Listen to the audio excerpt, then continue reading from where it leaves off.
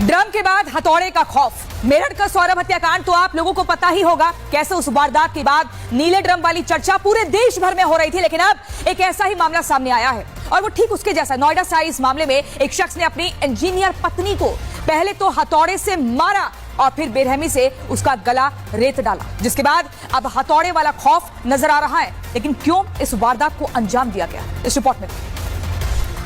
पहले ड्रम अब हथौड़ा। मेरठ के सौरभ हत्याकांड के बाद सिर्फ मेरठ ही नहीं बल्कि पूरे देश में ड्रम वाला खौफ दिखाई दे रहा था। ड्रम से मरने वाले मीम्स बने, दुकानों पर ड्रम की बिक्री पर असर पड़ गया। अब ड्रम के बाद दूसरा खौफ भी दिखने लगा है, डर हथौड़े वाला। मेरठ के बाद अब नोएडा से खौफनाक मर्डर का मामला सामने आया है, जहां मर्डर के लिए हथौड़े का इस्तेमाल किया गया। मेरठ में मुस्कान ने अपने पति सौरभ को ड्रम में सीमेंट डालकर जमाया था, तो अब नोएडा में नुरुल्ला हैदर ने अपनी इंजीनियरिंग पत्नी आसमा को हथौड़ा मारकर मौत की नींद सुला दी। आसमा के कोमा में जाने के बाद उसका गला रेत डाला। हत्या के पीछे की वजह अवैध संबंधों का होना बताया जा रहा है। पुलिस से जो जानकारी मिल रही है कि पति ने सोती हुई पत्नी के सर पर पहले हथौड़े से वार किया और उसके बाद जब पत्नी बेहोश हो गई, अधमरी हो गई, उसके बाद गला रेतकर अपनी पत्नी की हत्या कर दी। पति पत्नी के जो दो बेटियां थी वो घर के अंदर मौजूद थी, जो पति है उसकी मां घर के अंदर मौजूद थी, लेकिन किसी को भी इस हत्या के बारे में भनक नहीं लगी। वारदात 4 अप्रैल की बताई जा रही है, जब पुलिस के पास फोन आता है जिसमें वो अपनी मां की खून से लथपथ शव पड़े होने की शिकायत करती है। पुलिस ने मौके पर पहुंचकर तहकीकात की तो आरोपी पति ने अपना जुर्म कबूल कर लिया। पूछताछ में आरोपी ने बताया कि हत्या के वक्त उसकी मां और बेटी बगल के कमरे में मौजूद थी, लेकिन किसी को भनक नहीं लगी। नुरुल्ला हैदर नामक व्यक्ति ने अपनी पत्नी आसमा की अवैध संबंधों के शक में हत्या कर दी गई है। इस संबंध में थाना फेज 1 में मुकदमा पंजीकृत किया गया है। अभियुक्त को हिरासत में लिया गया है। शव का पंचायतनामा भरकर आवश्यक विधिक कार्रवाई की जा रही है। इस जघन्य हत्याकांड में खुलासा हुआ है कि आरोपी ने पहले तो हथौड़े से अपनी पत्नी पर वार किया, इसके बाद आसमा कोमा में चली गई तो उसका गला रेत दिया। पोस्टमार्टम रिपोर्ट में महिला इंजीनियर की मौत का कारण एंटीमार्टम इंजरी के अलावा ब्रेन हैमरेज और कोमा में जाना आया है।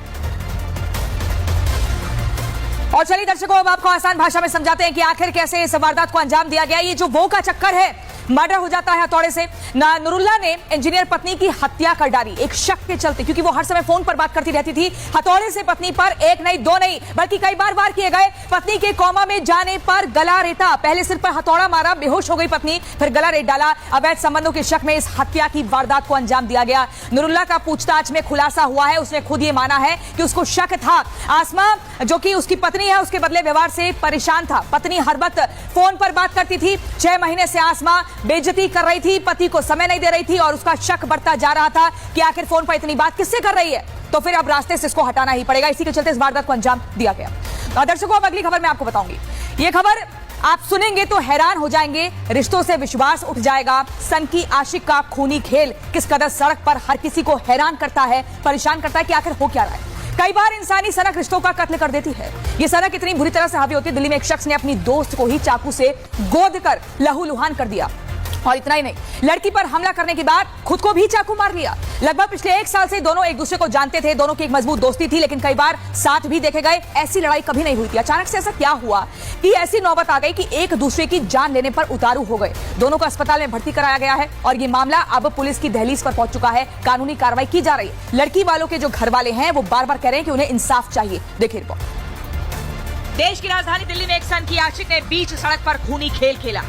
सड़क पर फैला खून और खून से लथपथ लड़की। ये तस्वीरें इस बात की गवाही देने के लिए काफी है कि दिल्ली के कैंट इलाके में किस तरह खूनी खेल खेला गया, जहां एक शख्स ने अपनी दोस्त को ही चाकू से गोदकर लहूलुहान कर दिया। इतना ही नहीं, लड़की पर हमला करने के बाद खुद को भी चाकू मार दिया।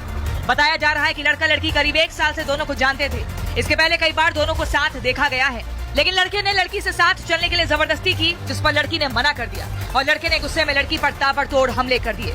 घटना से पहले का एक सीसीटीवी सामने आया है, जिसमें देखा जा सकता है कि सुनसान सड़क पर पहले किसी बात को लेकर दोनों के बीच बहस होती है, फिर थोड़ी दूर जाकर लड़का लड़की पर चाकू से वार कर देता है।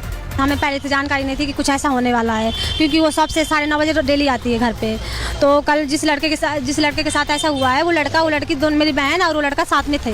मैंने देखा था उनको साथ में, लेकिन ऐसा कुछ नहीं था कि इनके साथ मतलब ऐसा होने वाला है कुछ। लेकिन मुझे तो लग रहा है किसी की साजिश से कोई तो है इसमें, जो हमें दिख नहीं रहा, कोई तो है। सिरफिरे की करतूत के बाद दोनों अस्पताल में भर्ती हैं। अस्पताल में इलाज जारी है। परिजनों का कहना है कि दोनों एक ही दुकान पर काम करते थे। हालांकि अब लड़की के परिजनों ने पुलिस से न्याय की गुहार लगाई है।